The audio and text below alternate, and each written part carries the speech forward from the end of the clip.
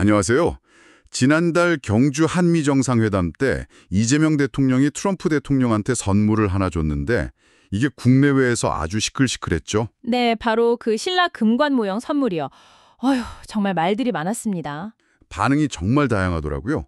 오늘은 이 선물 하나가 도대체 왜 이렇게까지 큰 파장을 몰고 왔는지 그 핵심을 좀 깊이 파헤쳐 보려고 합니다. 좋습니다. 이게 단순히 그냥 선물 하나로 끝날 문제가 아니더라고요.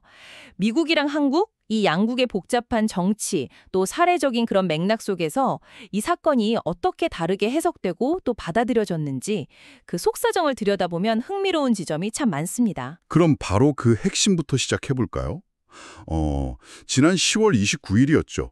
경주에서 한미 정상회담이 있었고 그때 이재명 대통령이 트럼프 대통령에게 신라 금관 모형 그리고 또 하나 더 있었죠. 네, 무궁화 대훈장까지 함께 선물했습니다. 아, 맞다. 훈장까지요? 그런데 이게 말이죠. 미국에서부터 반응이 좀 심상치 않았어요. 당시 미국 상황을 좀 알아야 되는데 그때 트럼프 대통령을 향해서 노 킹즈 시위. 그러니까 우리는 왕을 원치 않는다. 뭐 이런 시위가 꽤 거셌거든요. 아, 노킹스 시위요? 그게 있었군요. 그 대통령의 어떤 권위주의적인 모습에 대한 반박 같은 거였나요? 네, 맞아요. 그런 분위기가 있었는데 거기에 딱 맞춰서 왕관을 선물하니까 이게 좀 불을 지핀 격이 됐군요. 아니, 토크쇼 진행자들까지 나설 정도였다면서요? 그게 좀 놀랍던데요? 네. 유명 토크쇼 진행자들이 이걸 가만두지 않았죠. 그 지미 키멀은 한국 정부가 수백만 명이 왕을 원하지 않는다고 외치는 걸 보고 아, 왕관이 딱 좋겠다고 생각한 모양이라면서 막 비꼬았고요. 아, 그렇게까지요? 네, 스티븐 콜베어는 트럼프한테 유일하게 부족했던 게 커다란 황금 왕관이었는데 그걸 한국이 줬다. 뭐 이런 식으로 꼬집었죠. 하하, 참. 데일리 쇼의 데시 리딕은 좀 더 직설적으로 우리가 트럼프를 그 왕에 대한 집착에서 벗어나게 하려고 얼마나 애썼는데 진짜 도움이 안 된다. 이런 식으로 뭐 약간 거친 표현까지 섞어서 비판했다고 하더라고요. 와, 반응이 정말 즉각적이고 날카로웠네요. SNS에서는 뭐 트럼프 대통령이 금관 쓴 합성사진까지 돌았다고 하니 네, 그렇죠. 이게 그냥 외교적인 선물이 아니라 뭔가 상징적인 의미로 완전히 오독된 거죠. 그러니까 여기서 핵심은 왕관이라는 그 상징물이 하필이면 미국의 그 반권위주의 정서, 그 민감한 부분을 깍 건드리면서 마치 미국민들 뜻을 무시한 것처럼 비춰졌다는 거네요. 바로 그겁니다. 그런데 미국 내 비판도 이렇게 거쳤지만 이 파장이 이걸로 끝나지 않고 태평양을 건너서 한국으로도 바로 이어졌습니다. 국내에서는 또 전혀 다른 이유로 이게 큰 논란이 됐어요. 네, 맞아요. 한국에서는 이걸 두고 국민 배신이라는 표현까지 등장했으니까요. 배신이요? 왜 그렇게까지 격한 반응이 나온 거죠? 배경에는 그 지난 9월에 미국 조지아주에서 한국 국민이 불법 체포되고 감금됐던 사건이 있었어요. 기억하시죠? 아, 네네. 그 사건 있었죠. 그때 국내 여론이 들끓었잖아요. 트럼프 대통령 사과해야 한다고. 네, 맞습니다.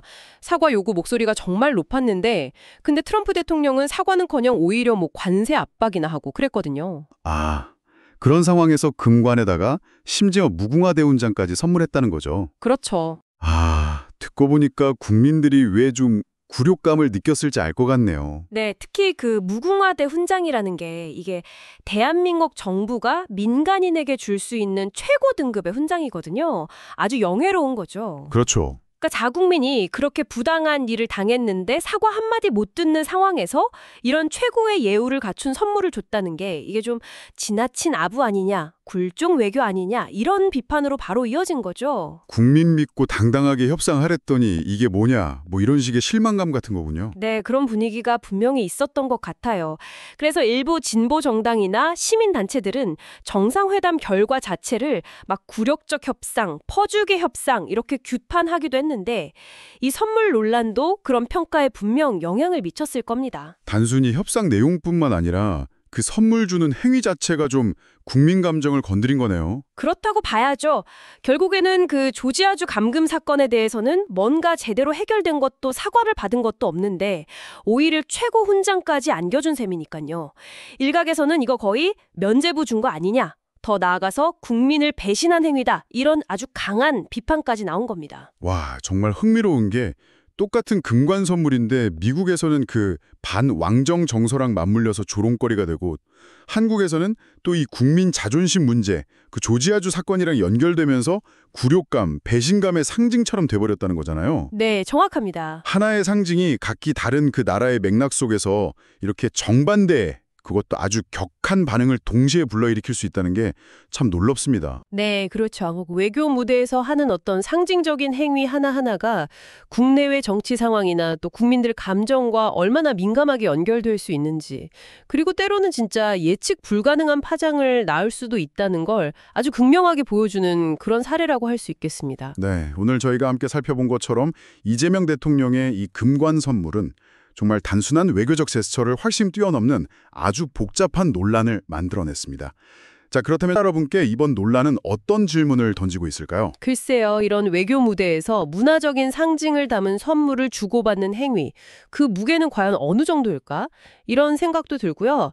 또 리더는 이렇게 국내외적으로 민감하고 어떨 땐 서로 상반되기까지 하는 이런 여론의 파도 속에서 과연 어떻게 균형을 잡고 소통해야 하는 걸까? 이런 부분들을 한 번쯤 곱씹어 볼 만한 그런 계기가 되지 않았나 싶습니다.